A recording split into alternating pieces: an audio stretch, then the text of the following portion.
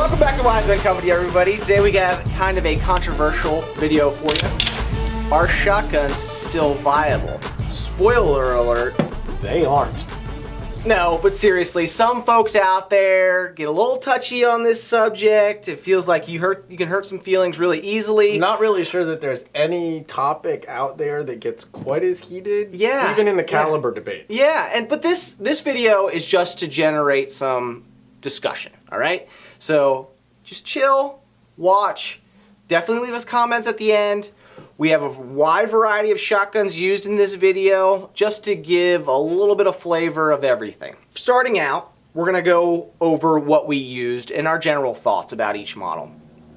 And the first one we used is probably the most popular version, pump action shotgun. This one is a Remington 870. You know, if you use a Mossberg 500 or 590 or Maverick or anything like that, kind of the same setup, same platform. This is my 870. It's an old police shotgun. When I say old police shotguns, because police don't really use shotguns for the most part anymore, except for breaching or maybe less lethal. I got this used for 350 bucks, which is a pretty good price. I did some add-ons to it, Cerakoted it and put a side saddle. Nothing super fancy, works. And you'll see in the footage that we kind of set up a doorway scenario just to see how these shotguns would move and interact in between tight spaces, reloading, that sort of thing. We have 3 targets downrange. Those are TAT targets, of course. They're their ADAPs. And the goal was to pop out of a doorway and engage those 3 targets. And like I said, the 870 was up first. It was good. It worked. A little cramped in a doorway. This is longer than your standard 16-inch AR with adjustable stock. A little slow on the safety and on the pump action. But the most inconvenient part of this platform was just the length getting in and out of the doorway for me. And then probably coupled with reloading. Yeah, reloading was slow, obviously. But it just... I don't know. I feel like I could handle the reload, or if I just made good hits with my first 7 or 8 rounds out of this gun, reloading wouldn't be a huge issue. After the 870, we went with my original shotgun, the very first shotgun I ever owned. It was free. It came from my grandfather. It's a single shot, break at the breech, pull back the hammer to shoot it. 13-foot barrel, or was it a 15-foot barrel? Roughly in the 24-inch to 700 feet long barrel. I mean, seriously, it was like trying to maneuver a tank turret around the doorway. So, granted, free is always good. And so for a lot of you, that may be your home defense gun. Sure. And if that's the case, like, you have to practice and use what you have. 3 targets, 1 round in the gun. Right. So every time I'm trying to step back in, reload it, find shells, like if there's a bump in the middle of the night, like you're like, where are you going to carry them? Like, I don't really have pockets in my boxers. So well, let's be perfectly honest, he's not wearing boxers at night. Well, Okay guys, like that one's not really a viable option, but for somebody, just for the experimental purpose, it might be. So we threw it in there. Right. Yeah, it worked. that might be what you have. Yeah, it works. And it was free. Right, it was free. Yeah, can't complain about free. Next, we had a huge upgrade, and that was the side-by-side, because you got double the capacity. As long as both barrels don't go off at once. Yeah, which it did sometimes. Shorter too. That was a Nitro Express that I got for 70 bucks. Almost free. I got it chopped down to 18.5 inches on the barrel length. It'll probably cost you more to get the barrels chopped down. Actually, I think it did. And it was great in and around the doorway, super short and maneuverable. Again, 3 targets downrange and only 2 rounds, and that is if I managed in my head to make sure I pulled the right trigger on it when I was engaging, because there's a couple times where I fired off 2 at the same time, and one target got a real nice blast. And how comfortable was that to shoot? Yeah, not comfortable at all. I got that gun just because it was cool. That was the only reason. It is. It is absolutely probably the coolest gun that we had out there that we were shooting. Yeah, but is it viable? Yeah, sure, I guess. It's better than nothing. If you're driving a stagecoach. Yeah. So we pulled out something that's supposed to be a little bit softer shooting, which is a semi-auto because it's taking some of that gas for the recoil. and using that to eject cells. So we got out a Vepr 12. Vepr did a much better job than Sega, in my opinion. We were very pleased with how many different types of ammo we were able to get to cycle without any problems. We didn't have to adjust the gas block at all. No. Usually with the Sagas, you can only run buck or like high brass for them to cycle. This actually did everything. Low brass. Steel shot. Very surprising. So for that, it definitely gets A+ marks. But it's an AK variant, which means it's an entirely different control system than nearly every American is used to. Now, I know that there's probably a lot of you guys out there that are AK guys, which is great. Like they're awesome, and this does work. But it's bigger than an AK as well. Yeah. So because of the 12 gauge magazines, it's just awkward to use. And a lot of people, one of the reasons that they want to go to a shotgun for home defense is the simplicity of it. And this is not a gun that you just want to drop in the lap of somebody who's not a shooter. Like your wife.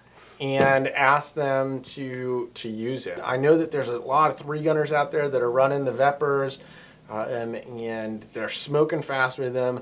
But it was the most expensive option that we tried at around $1,000. And in my opinion, it is not ready out of the box as a home defense option. It needs to be all kinds of just little minor fixes and things, and you need to spend some more money to improve the mag well and safety and sand things and just fit and finish on them for $1,000 gun. It's just tough to justify that as a home defense option. You have to ask yourself the question: for $1,000, is there something better that I could use? That's the question you have to ask yourself. Like a slingshot. Okay, so that was all the examples we had as far as shotguns go. We compared these shotguns to some better options in our opinion. Well, some other, I don't even know that I would necessarily go to better options. They're better. First off being the AR-15. This is an AR that I put together for $400. I mean, this is a Palmetto State upper. It was a lower I got from somewhere, and just some parts I had lying around the house to make this thing work. So literally $400 into this AR, which is great that is possible these days. I mean, 5-6 years ago, that wouldn't have been the case. But right, you'd be at $1,000 for a decent AR. Yeah, but this thing runs great. No red dot on it, just irons. And I was consistently faster with this. I obviously had more capacity. Granted, I shoot ARs a lot more compared to shotguns, but this I can see giving to someone that doesn't shoot a lot before I would give a shotgun to somebody. Just my personal opinion.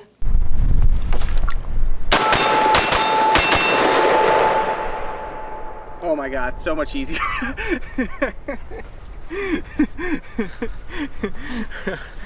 Oh, thank God. The reality is it's faster. It's simple. And yeah, I know you can put 9 rounds of buckshot into somebody, but Ben was able to put 3 rounds. I was doing 2 rounds and 3 rounds down the line very quickly, faster than I was with a shotgun. Yeah. Piece of cake. We wanted to compare a handgun to this group of shotguns as well. Handguns being by far the most commonly referred to as a home defense option. Yep. And so what we did was use me, because I'm by far the slower of the two of us with a handgun, and we used my 43, which still would not be my ideal gun for a home defense. But we gave it every disadvantage we possibly could on the handgun side compared to these shotguns. Right. So we wanted to, again, some people may only have one handgun at home, and it's a concealed carry gun. So do you have the Barracuda base pad? So I had 8 rounds and put 2 rounds on each target, and it was still faster for me getting around through the doorway, getting the targets, and putting 2 rounds on them. It just was faster. Reloads, obviously faster. Absolutely. Would you take a handgun over a shotgun? At the end of the day, for me, it's a toss-up. I'm not super awesome with a handgun, and in a high-stress scenario, like, would it be handy maybe to be able to just blast away or blaze away with a shotgun? Maybe. Or maybe I just need to get better with my handgun. Both of which may be true. So I'm at a toss-up. Lastly, I just did a quick speed test, 1 round from the ready position. Just to give kind of a feel on how quickly you can get these guns into action. 1.5 seconds is the magic number of when gunfights are won and lost. I did a slug with a shotgun. I did 1 round from the rifle, 1 round from the handgun. And these were at about 25 to 30 yards. Yeah. So these are a little bit far for a home defense scenario. Right. We just stretched out a little bit just to give an idea. Again, these are on a TA target ADAP. Rifle was by far the fastest, then handgun, and then shotgun. And the only reason, in my opinion, the shotgun was actually a little slower was the safety, just manipulating the safety, getting it off and getting it up. So final thoughts, guys, not trying to start an argument. Shotguns are horrible. Are they still viable? It's getting harder and harder to find training classes for shotguns. The professionals out there aren't using them as much either. And even a lot of the instructors that we're talking to are saying, yeah, they're a lot of fun to run these classes, but they're almost pointless. Because they're just not a good option for home defense. Yeah. Again, just want to generate some discussion. Leave us some comments below. Don't throw fruit and rocks at us. We still own shotguns. They're great for hunting birds. We just wanted to start a conversation.